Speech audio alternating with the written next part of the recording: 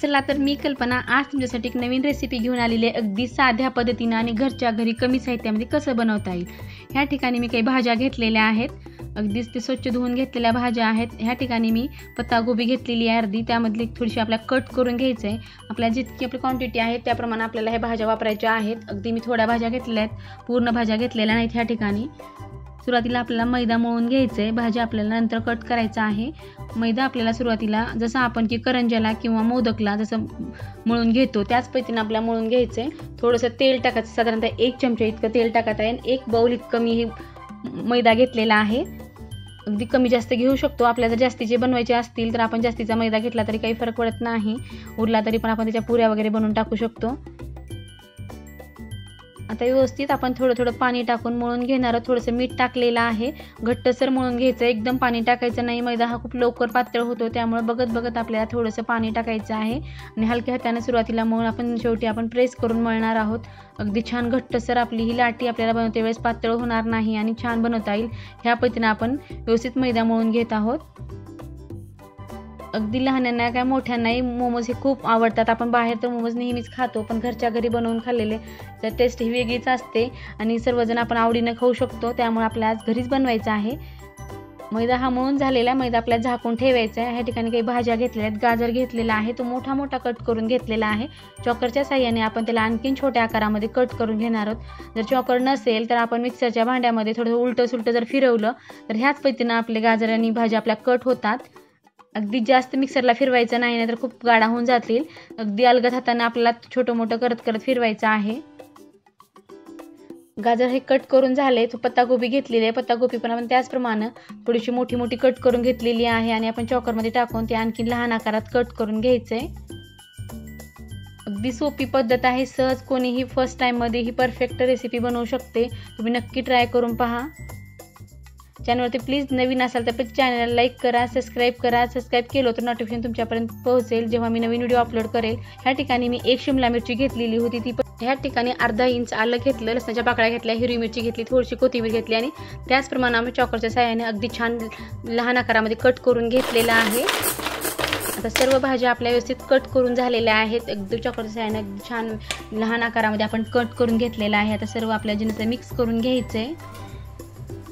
ह्या ठिकाणी आणखीन थोडीशी कोथिंबीर घेतलेली आहे, ती कट करून टाकायचं आहे। कट करून टाकल्याचं टेस्ट खूप छान येते, अगदी जेव्हा आपण खातो तेव्हा कोथिंबीरची टेस्ट ही छानच लागते, त्यामुळे थोडीशी वरतून टाकण्यासाठी आपण कट करून घेतलेली आहे, ती पण टाकून द्यायचं आहे आता सर्व भाज्यांमध्ये। आता सर्व भाज्या आपल्या छान कट करून झालेल्या आहेत। आता जिन्नसमध्ये आपण थोडंसं आता मसाले टाकून घेणार आहोत। अगदी जास्त मसाले काहीच लागत नाहीत। ह्या ठिकाणी थोडीशी पात घेतलेली आहे, ती पण टाकून दिलेली आहे, पात ही कट करून घेतलेली आहे। चॉकरच्या साहाय्याने आपण केलेलं नाही, टेस्ट बदलून जाईल, त्यामुळे आपल्याला पात ही कटच करून टाकायची आहे सुरीने। ह्या ठिकाणी आता आपण मीठ टाकणार आहोत, अगदी मीठ आपल्या चवीनुसार आणि मिरची आपल्या चवीनुसार आपण कमी जास्ती टाकू शकतो। जर लहान मुलं खाणार असेल तर आपण मिरची ही कमी टाकली तरी पण चालते। जिरे आणि धनेपूड टाकलेला आहे।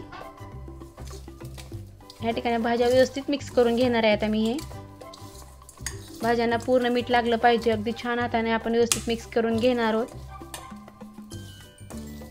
आता भाज्या व्यवस्थित मिक्स झालेल्या आहेत।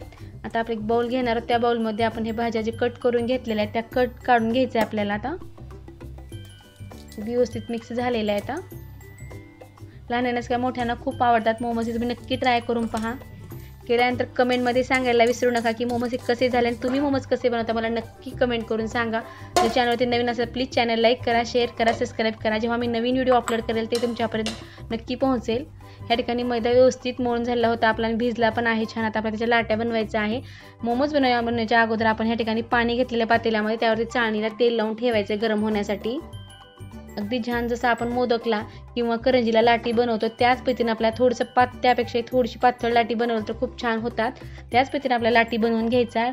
आकार हा आपल्या आवडीनुसार आपण छोटा मोठा करू शकतो, आपल्या आवडीनुसार जे छोटे मोठे मोदक बनवू शकतो तसेच आपण हे मोमोज बनवणार आहोत। अगदी जमल इतकं आपल्याला सारण ह्यामध्ये भरून घ्यायचं आहे, आपल्याला जसं बनवता येईल इतकं आपण ह्यामध्ये सारण भरून घेतलेलं आहे। जितकं जास्ती भरेल तितकं टेस्ट खूप छान येते। अगदी पाकळ्या धरत धरत आपण हे मोमोज चिटकावून घेणार आहोत, जे की जेव्हा वापरायला ठेवल तेव्हा हे बाहेर येणार नाही। अगदी छान प्रेस करून आपल्याला व्यवस्थित भरून घ्यायचं आहे।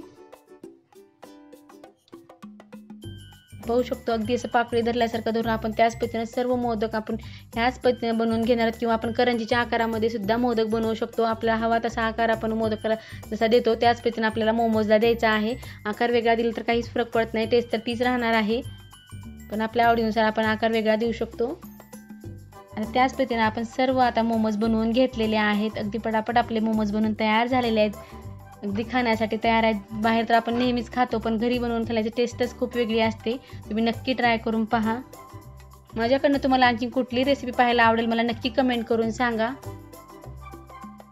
10 मिनिटाकरता स्टीम करून घेतलेले आहेत. आता अगदी छान स्टीम झालेले आहेत. मोमोज हे आपले तयार आहेत, छान वाफून निघालेत. अगदी 10 मिनिट आपण गॅसवरती चाळणीवरती आपण ताट झाकून आपण ठेवलेले होते. सॉस सोबत खाण्यासाठी आपले हे मोमोज तयार आहेत. नक्की ट्राय करून पहा. व्हिडिओ कसा वाटला प्लीज लाईक करा, शेअर करा, सबस्क्राईब करा. अगदी मधली भाजीसुद्धा खूप छान वापरलेली आहे. खाण्यासाठी सॉससोबत आपले मोमोज तयार आहेत. व्हिडिओ पाहिल्याबद्दल धन्यवाद. पुन्हा भेटूया अशाच एका नवीन रेसिपीसोबत.